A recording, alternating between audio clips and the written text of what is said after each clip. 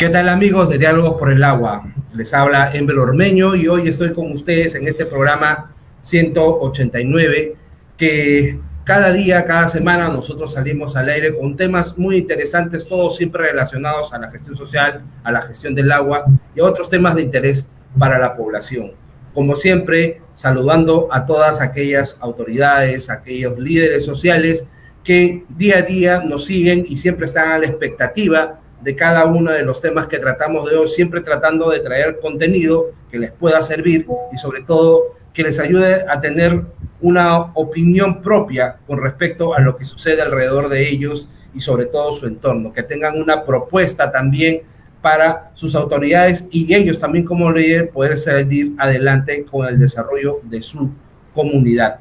Como saben, este programa está justamente gracias a la buena voluntad de todos ustedes que nos siguen siempre y que a través de sus donaciones nos pueden ayudar a mantener este programa de Diálogo por el Agua que ya tiene los años dentro del trabajo que se realiza en toda la sociedad.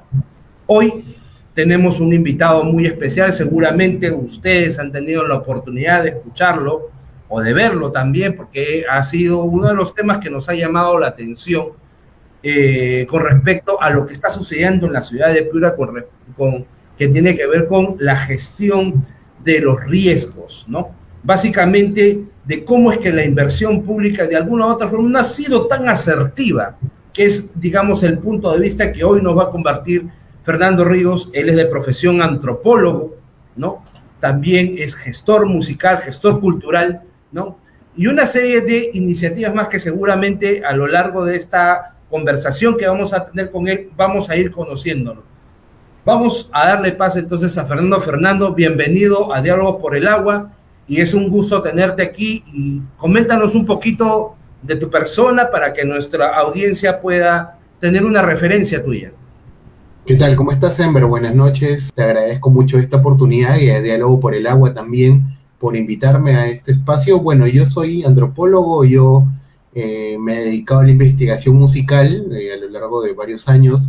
He trabajado en el asunto en varios espacios y he vivido muchos años en Lima, pero yo soy de Piura, yo soy natural de Piura, yo terminé el colegio aquí en Piura y llegó un momento en mi vida en el que decidí dejar, digamos, todo en Lima, dejé todo atrás, vendí todas mis cosas y me mudé a Piura porque con el sueño de empezar mis propios proyectos dentro de esta ciudad a la que tanto quiero y a la que también he investigado mucho.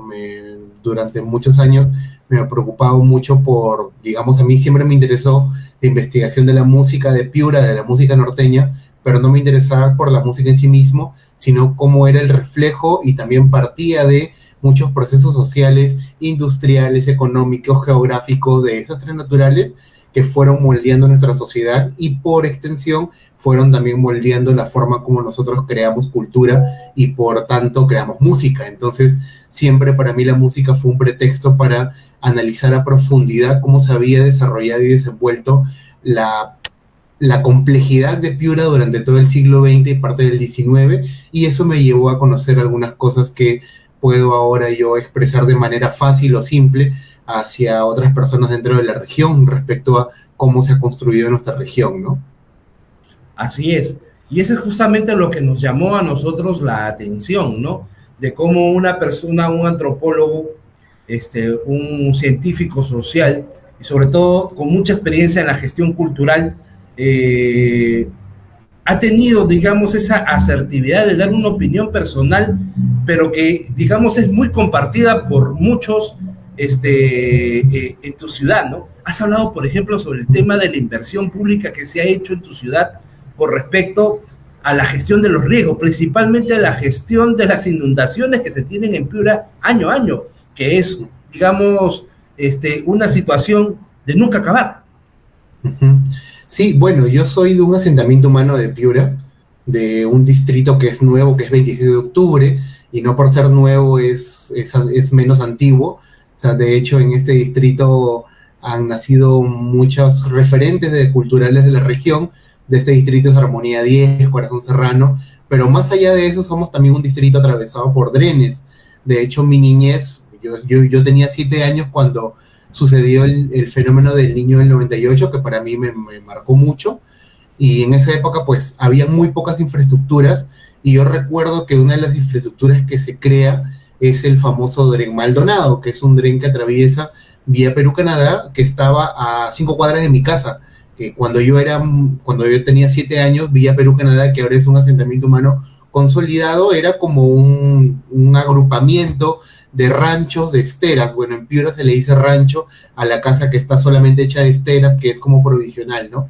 Eran Palos solo y ranchos, esteras. sí, y al lado de los ranchos estaba este enorme dren, y a mí me sorprendía muchísimo ir en plenas lluvias, y la atracción del barrio era ir a mirar el dren cargado de agua, que nadie sabía de dónde venía esa agua. O sea, todos sabían que venía de la Quebrada de las Monjas, ¿no? Pero nadie sabía de dónde venía el agua que llegaba a la Quebrada de las Monjas, ¿no? Entonces, como que siempre, y yo estoy también un poco también cerca a las lagunas del Curver, que en esa época para nosotros solamente eran unos humedales, perdón, eran para, digamos, el sentido común del piurano, del octubrino de esa época, que todavía no se llamaba 26 de octubre en nuestro distrito, para nosotros eran desagües.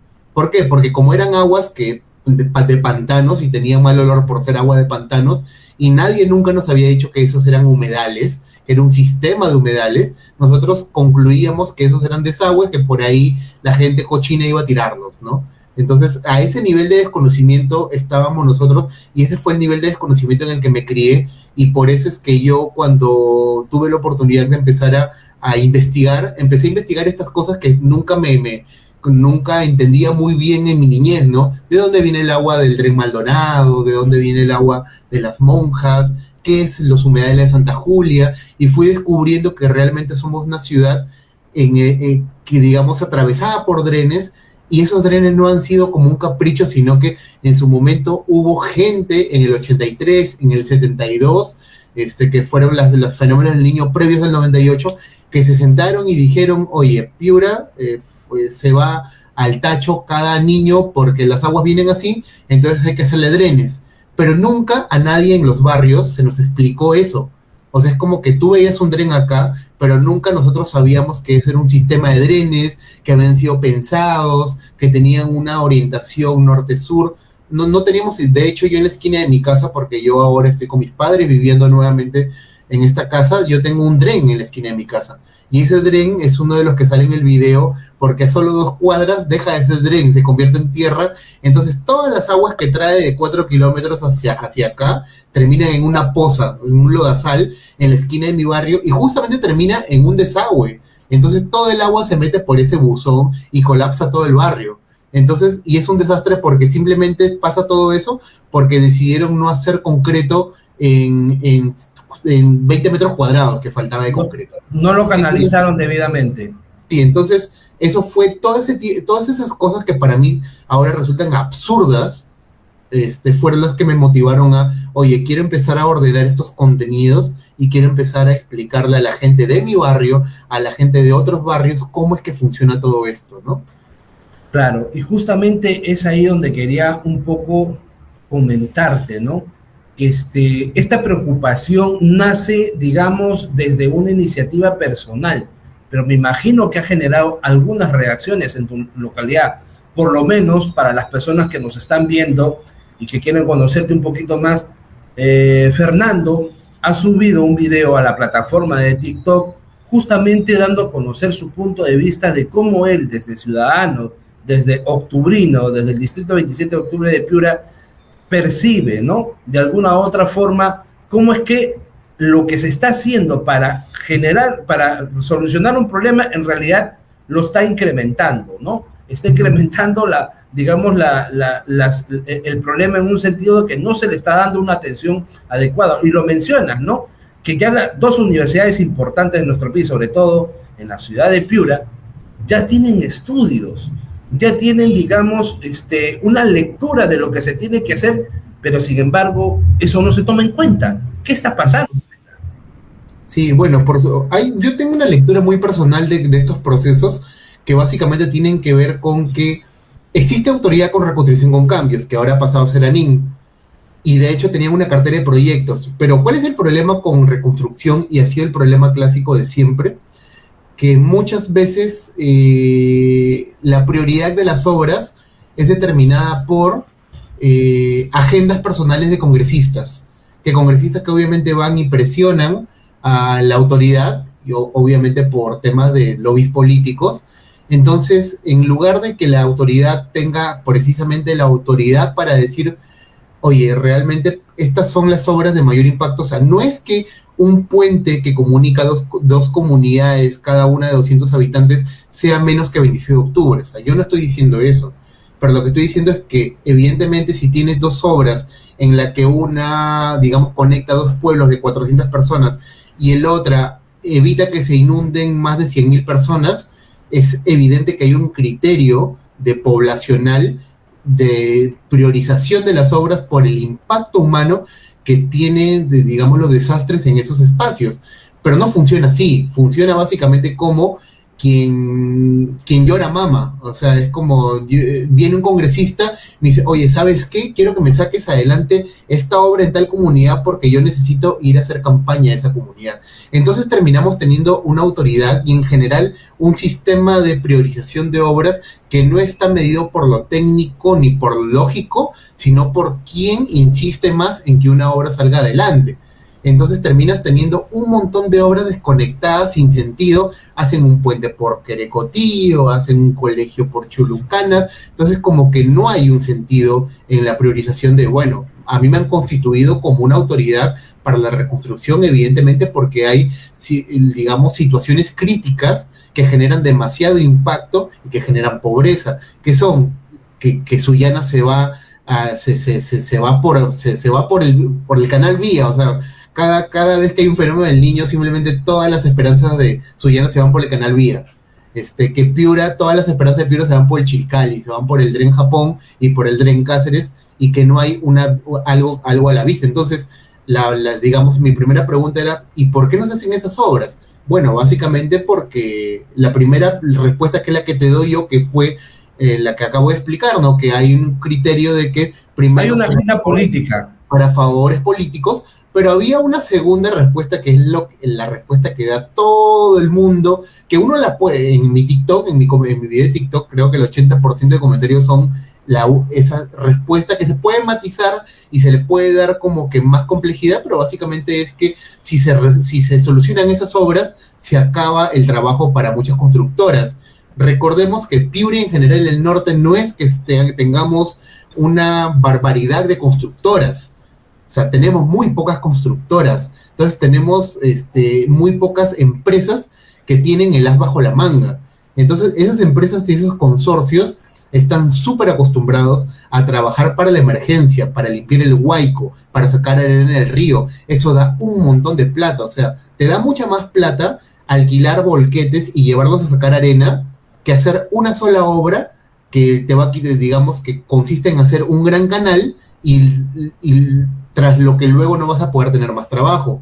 Entonces, tú dirías, claro, seguro Fernando está pensando que hay una mano negra ahí que está moviendo todos los hilos para que no suceda. Yo no creo que sea tan conspiranoico el asunto de que no se hacen obras porque hay una mano que mece y que no permite que sucedan las cosas, pero lo que es cierto es que al ser muy pocas empresas, recordemos que hay dos, digamos, áreas muy claras en la intervención de obras: los arquitectos y los ingenieros de varias formas, ¿no? Geólogos, civiles, y estas personas siempre son las mismas en Piura.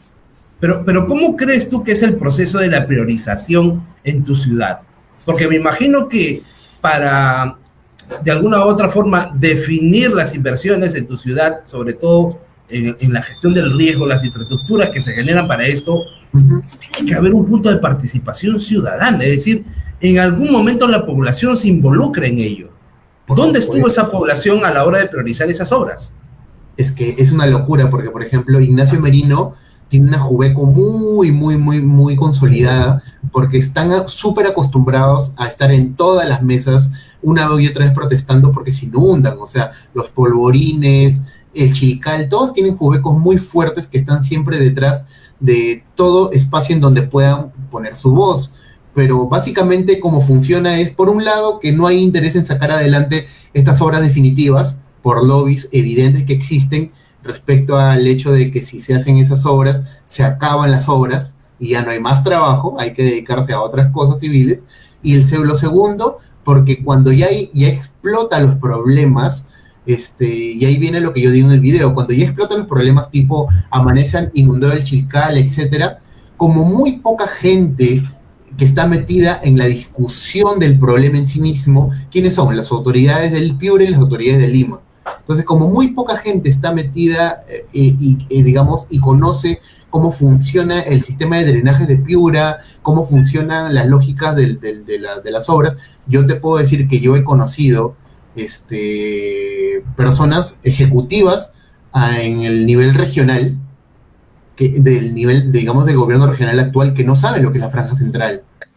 O sea, gente a la que tú le cuentas lo que es la franja central y te es un proyecto inconcluso, por lo que dices en tu video. Es un proyecto abandonado. Que no hay expediente técnico.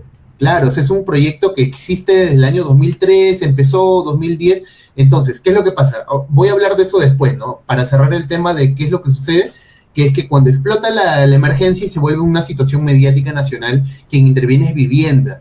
Y Vivienda parte de un sesgo muy limeño de que en esa ciudad o en esa región no voy a usar la palabra brutos, pero sí son limitados y no saben cómo hacer las cosas. Y yo como ministerio tengo que ir a resolverles la vida. Entonces ellos vienen con una lógica absolutamente distinta de las cosas y dicen, se tiene que plantear esta situación, ¿no? Entonces ellos vienen con una lógica de trabajo que tiene muy poco apego a la realidad, pese que para ellos sí suena real. Por ejemplo, yo te digo, los Ares, bueno, un estanque de tormentas que se ha puesto muy de moda ahora en muchos espacios donde hay, digamos, fenómeno del Niño, no solo en Perú, sino en varios otros lugares como Ecuador. Tener estanques de tormentas se ha vuelto una solución bastante interesante y que cada día es utilizada más por ingenieros. Pero el tema, entonces, para ellos, como está muy de moda este asunto, dijeron, bueno, Piura vamos a poner Sares. Pero la pregunta es, ¿a dónde sale esa agua?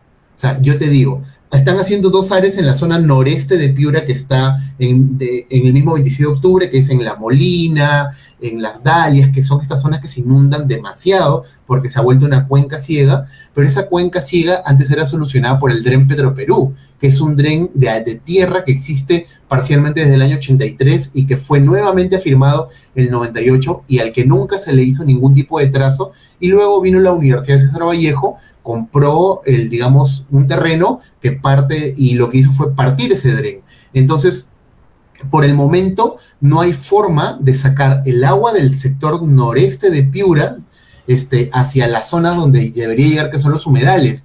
Entonces, de nada te sirve hacer estanques de tormentas si no tienes a dónde sacar esa agua.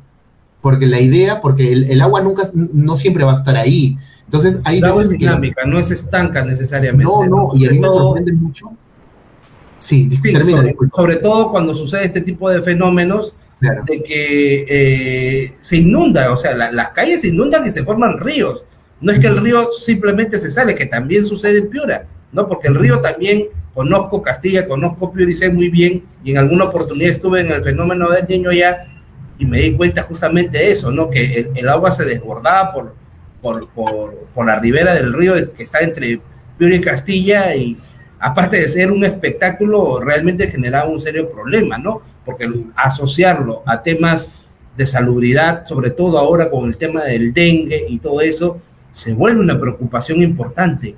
Y esto, ¿a quién le preocupa? Solamente a personas que de repente, tú con esta visión, de repente, desde la óptica que tienes de poblador de un asentamiento humano allá, ha levantado un poco la voz y ha puesto, digamos, en evidencia muchas situaciones que pueden tener muchas aristas, ¿no? En las cuales se pueden analizar desde el tema de transparencia, corrupción, agendas políticas y una serie de cosas.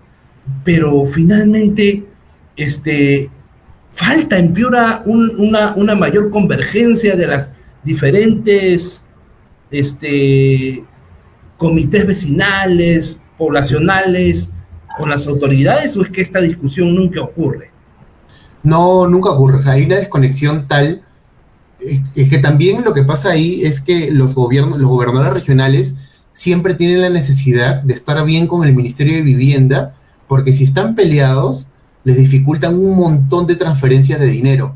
y les dificultan obras y por ende les dificultan su gestión y la promoción de su gestión.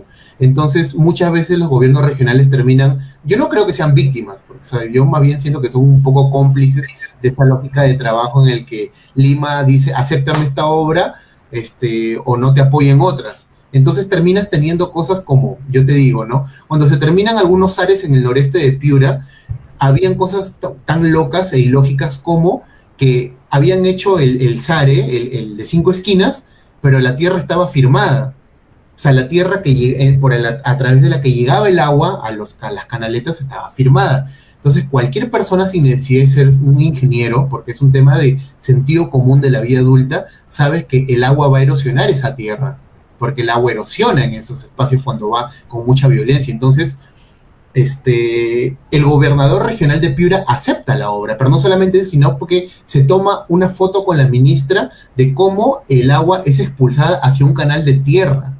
Entonces, ¿cómo puede un gobernador aceptar una obra definitiva de una entidad del tamaño de un ministerio de vivienda, que es una entidad gigante? O sea, después de vivienda no hay algo más grande. ¿Cómo le puedes aceptar a esa entidad un canal de tierra y un SARE y un sistema de evacuación de aguas de tierra?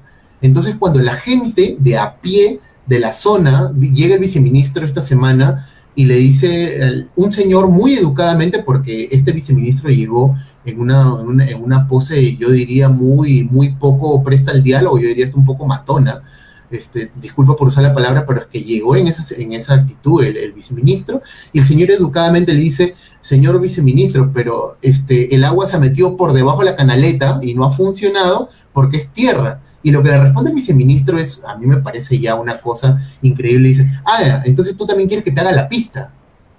Pero entonces como que siempre tienen una respuesta, y yo soy ingeniero, yo sé cómo se hacen estas cosas, le responde. Pero entonces por el sentido común es, ¿cómo puedes hacer un sistema de canalización de aguas sin enlosarlo? Sabiendo de que el agua por su misma violencia va a erosionar, que es digamos, ese fue el sentido que motivó que el río Piura tenga defensas ribereñas. ¿Por qué le pones losa al río Piura? Porque sabes que el río en su violencia, si tú no le pones esas losas, se lleva todo y erosiona toda la ribera. Entonces, si estás teniendo esa lógica en el río... Por la misma composición mecánica del suelo, no tiene la capacidad de compactarse y de resistir justamente esos embates violentos que tiene a la hora que viene una avenida de río, y más aún se incrementa con las precipitaciones de las lluvias, ¿no? Claro. Finalmente, entonces, para ir ya un poco redondeando la idea, porque ya estamos también en el umbral del tiempo del programa, ¿qué reacciones son las que ha causado en Piura? Coméntanos, ¿qué situaciones son las que han generado este video a raíz de lo que se ha publicado? Mira, yo no sé si por el video, pero desastre en Piura siempre ha habido. O sea, sí. Esto de que ahora la gente diga, oye, ¿por qué se inunda Piura? Esto sucedió toda la vida. Lo que me parece es que ahora hay, no sé si es una nueva generación o más bien es un espíritu de época intergeneracional, que yo siento que la gente cada día tolera menos y el piurano ha sabido montarse muy bien en las redes sociales. No es un tema mío, es un tema de los piuranos, han sabido meterse a hacer bulla a Instagram, a Twitter, y yo siento que cada vez hay más personas que son conscientes del espacio en el que están ubicados. Entonces, yo te diría que yo no hablaría por mi video porque me parece un poco egocéntrico decir que mi video transformó vidas, pero sí siento que yo formo parte de una época en Piura en la que ya no estamos dispuestos solamente a ser el poblador que va con su pancarta a pedirle al gobierno que le solucione cosas. O sea, siento que como ciudadanos hemos entrado a una etapa en la que nosotros tenemos ya un poco más claro qué es lo que se necesita. Entonces, por eso que yo hago este tipo de videos, porque yo digo, si los piuranos ya tienen este interés de ellos mismos explicar cómo se tienen que solucionar las cosas, entonces yo les quiero dar más insumos de que sepan de dónde vienen cada cosa en Piura. Entonces, para cerrar el asunto, yo le tengo mucha esperanza a este futuro en Piura porque siento que las personas cada día toleran menos este tipo de situaciones. Y yo creo que a partir de este año, a partir del otro año, cada gobierno que intente meter, como siempre han metido, obras de emergencia, la va a tener un poco más difícil por la presión de Piura. Cada día Piura se vuelve un lugar más hostil para las autoridades nacionales. Recuerda que tuvimos, cuando fue la época del COVID, hubo la pelea Sagasti versus Piura, ha habido la pelea Dina Boluarte versus Piura, ha habido la pelea la ministra Pérez de Cuéllar versus Piura. Entonces cada vez hay mucho más conflictos en una región que históricamente no necesariamente ha sido una región que haya estado como en la cabeza de la lucha social, digamos, ¿no? Siempre Piura ha sido un poco más conservador con ese tipo de cosas, pero siento que está cambiando y siento que las lluvias y el cambio climático son lo que nos están haciendo cambiar. Ya dejar de pensarnos como personas que están esperando que el señor gobierno venga y nos diga cómo se tienen que solucionar las cosas, y más bien nos estamos volviendo ciudadanos que le estamos exigiendo al Estado que solucione las cosas con sentido común. Casi un principio darwiniano, ¿no? Que las condiciones externas al hombre son las que lo han hecho desarrollarse y cambiar. Y bien por Piura, ¿no? Porque es una región pujante, es una región exportadora y sobre todo que aporta mucho al desarrollo nacional, ¿no? No solamente con su agricultura, sino con muchas otras capacidades energéticas que tiene en esta región. Realmente estamos muy agradecidos contigo por habernos cedido a esta entrevista y nos gustaría de repente en alguna otra oportunidad poder seguir comentando más sobre lo que está sucediendo, no solamente en tu región, sino también que jóvenes como tú puedan levantar la voz, puedan levantar su mano y decir, estamos presentes y aquí hay una alternativa de solución, porque no solamente has dejado ver una problemática, sino que a raíz de esa evidencia que tú has presentado también alternativas que pueden ayudar a que Piura no se siga inundando cada año, pero como siempre hay algunos intereses que de repente pueden de alguna u otra forma retardar ese desarrollo que pueda tener tu ciudad. Muchas gracias, Fernando. Tal vez unas palabras finales. Muchas gracias, Enver, y muchas gracias, Diego, por el agua, por la invitación. Yo quería que sepan que van a venir muchos más contenidos respecto a muchos otros temas de lluvias, de la basura en Piura y el origen de la misma. Van a venir otros temas de realidad regional, de historia de la ciudad, de historia industrial de la región, digamos, de la diversidad y de muchos otros temas, porque recordemos y nunca hay que perder el foco de que Piura es la segunda región con más habitantes fuera de Lima Metropolitana y Callao, obviamente, que también es otra región del Perú. Y los habitantes no solamente son un número, se traducen en diversidad. Somos una región demasiado diversa. Yo mismo soy hijo de una mujer de Ayabaca y un hombre de Piura, entonces somos todos una mezcla bien diversa dentro de la región, y eso se refleja en una historia también muy rica, muy compleja, y que ha estado un poco oculta en la discusión nacional durante todo el siglo XX, y yo siento que en adelante, en las próximas décadas, Piura va a ser, al menos como una referencia de identidad nacional, va a ser un referente en el país, ¿no? Muchas gracias, Fernando. Es para responsabilidad como piuranos construir eso.